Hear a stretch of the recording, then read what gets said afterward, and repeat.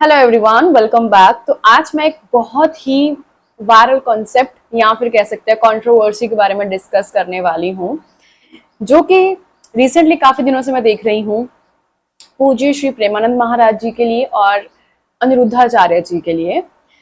Seriously here I am not going to talk about what is right, what is wrong, living में रहना सही है गलत है, no, but what I am going to discuss about is what I have learned from this। मैंने क्या सीखा। ठीक है, तो मैं आपके साथ वो डिस्कस करूंगी कि इस पूरे कंट्रोवर्सी से जो भी चल रही है, क्या सीखने को मिल रहा है। हम एक इंडिविजुअल लेवल पे बात करें तो, और मैंने क्या सीखा मैं वो बताने वाली हूँ। सबसे पहले जो चीज मैंने इस पूरे कंसेप्ट से सीख ली है वो ये कि हम इंसान बहुत सेल्फिश हैं। We are selfish. अब वो कैसे? एक पर्सन हमें गाइडेंस दे रहा है, हम किसी भी सिचुएशन में हैं, जब हम सोचते हैं कि अगर हम उन्हें सुन ले तो हम बहुत लाइट फील करेंगे, हम स्ट्रेस फ्री फील करेंगे, रिलैक्स हो जाएंगे, है ना। और किसी भी सिचुएशन में हम अपने आप को स्टक फील करते हैं, हमें लगता है कि उन्हें सुन लेना, उन्हें देख लेना, उनकी बातों को समझने की थोड़ी बहुत कोशिश करने से भी हमें हिम्मत मिल जाती है उस सिचुएशन से, उस जो भी फेज से हम गुजर रहे हैं उससे बाहर निकलने की, या हिम्मत मिलती है उसे झेलने की, है ना। बट हमने क्या किया, जब हमें लगा कि एक बात ऐसी उन्होंने बोली जो कि कहीं ना कहीं हमें लगा कि हमारे खिलाफ चलेगी, है ना। अगर किसी पर्सन से हमारे विचार मिल रहे हैं तब तक तो वो हमारे लिए बहुत अच्छा है, अरे वाह भाई ये पर्सन बहुत अच्छा है ना, सब कुछ बढ़िया है। बट मैंने ये सीखा है कि जब हमारे विचार, जब हमारे थॉट्स उस पर्सन से थोड़े से खिलाफ जाते हैं, तब हम इस चीज को बिल्कुल नहीं ध्यान में देते कि उनका कहने का मीनिंग क्या था, उन्होंने वो बात क्यों कही, और जो उसका बेस है उस बात का वो क्या था। बट फॉर द सेक वो हमारे जो थॉट्स हैं उसमें वो फिट नहीं हो रही, तो हम उस इंसान के खिलाफ खड़े हो जाएंगे, एंड फिर जो हमें बुरा बोलना है हम बोलेंगे कि इनको फांसी दे दी जाए, जो भी स्टेटमेंट्स हम लोगों ने उनके लिए यूज की हैं, है ना।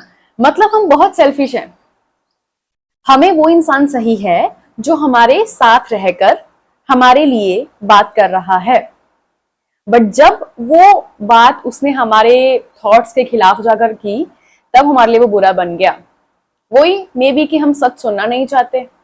जब तक कोई हमें मीठी मीठी बातें कर रहा है तब तक हम ठीक हैं, जब कोई कड़वा सच बोल देता है, और एब्सोल्युटली सच तो कड़वा है ही, जो मैंने पहले अभी इसी लाइन में बोल दिया, है ना, तब हम उस पर्सन के खिलाफ हो जाते हैं, फिर उसे इतना बुरा बोलते हैं, फिर हम नहीं देखते कि उसने हमें कितनी हर एक चीज में हेल्प की है, नहीं, हम बस फिर उस चीज के खिलाफ हो जाते हैं। तो ये मैंने सीखा है कि वी आर सेल्फिश, हम बहुत ही ज्यादा मतलबी इंसान हैं। ठीक है, सेकेंड चीज अब जो मैंने पूरे इस सीन से, इस कंट्रोवर्सी से सीखी है, कभी भी आधी बात सुनकर रिएक्शन ना देना।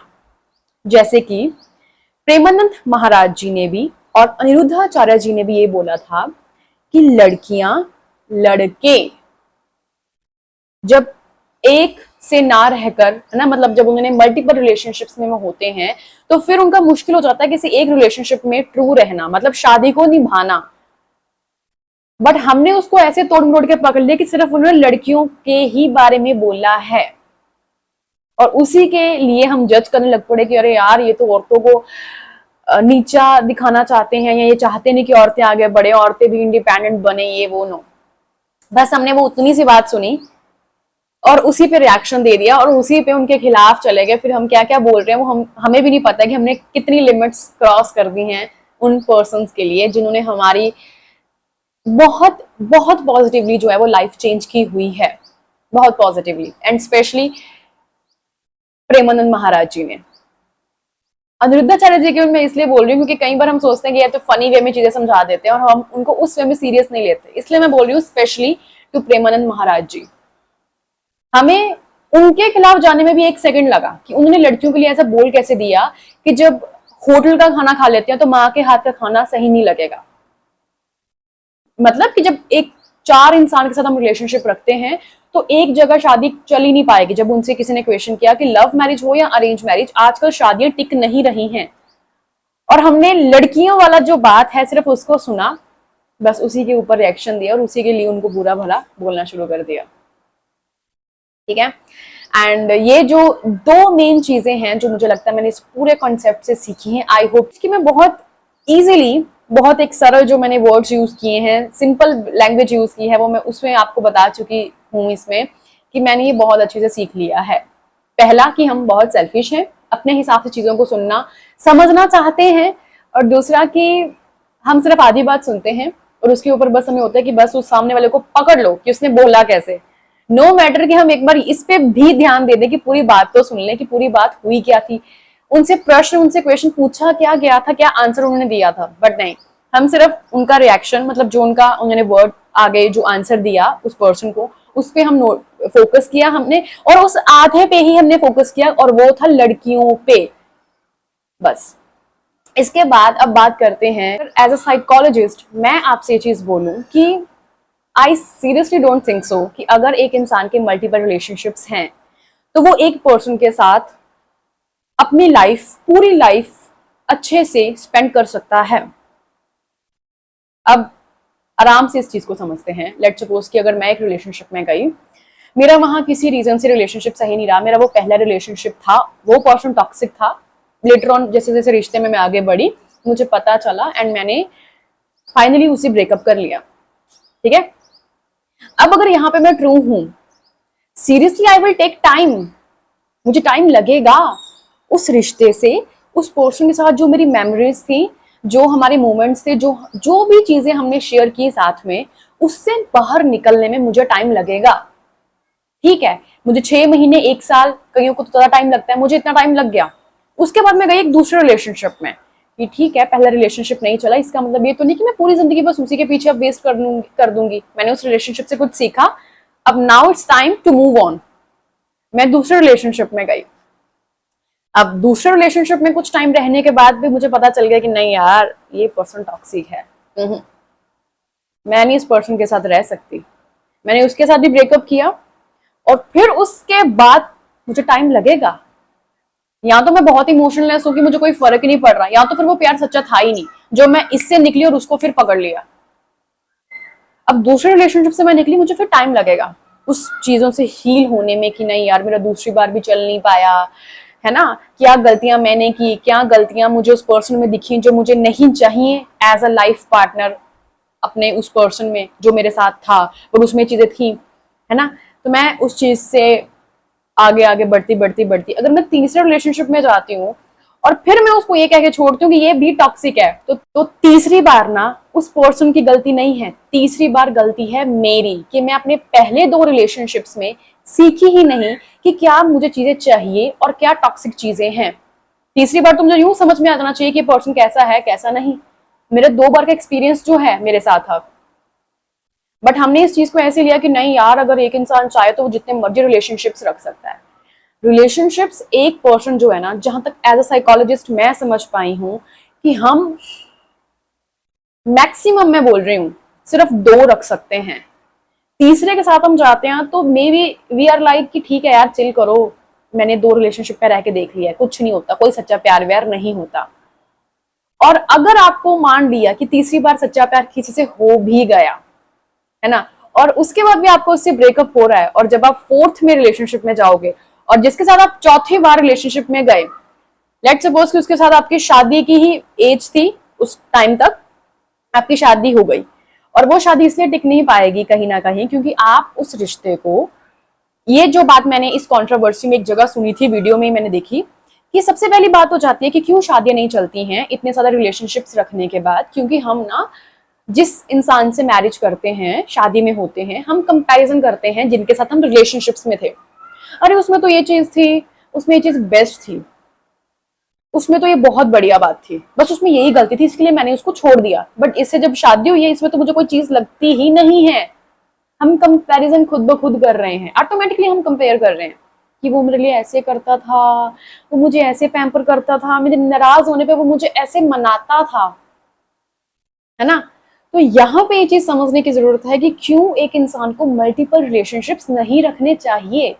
और अगर आप मल्टीपल रिलेशनशिप्स रख रहे हो ना, अगेन आई एम सेइंग, सच कड़वा होता है, तो मे बी जस्ट आप फॉर द सेक आपको फन करना है, और आपको टाइम पास करना है, आप अकेले रह नहीं सकते, आप इसलिए रिलेशनशिप्स में जा रहे हो।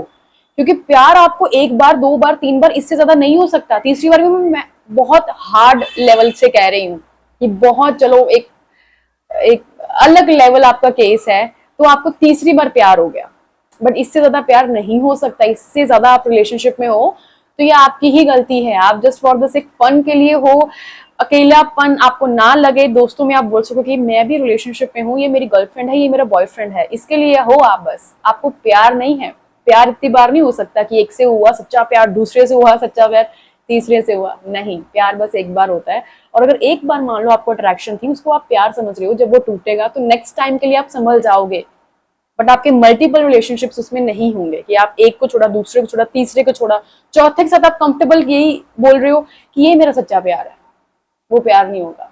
ये सेकंड चीज जो एज अ साइकोलॉजिस्ट मैं बता सकती हूँ कि क्यों मल्टीपल रिलेशनशिप्स होने के बाद हमारी मैरिज, हमारा जो एक फाइनल रिलेशनशिप होता है जिंदगी भर का, वो क्यों टिक नहीं पाता, क्यों नहीं चलता।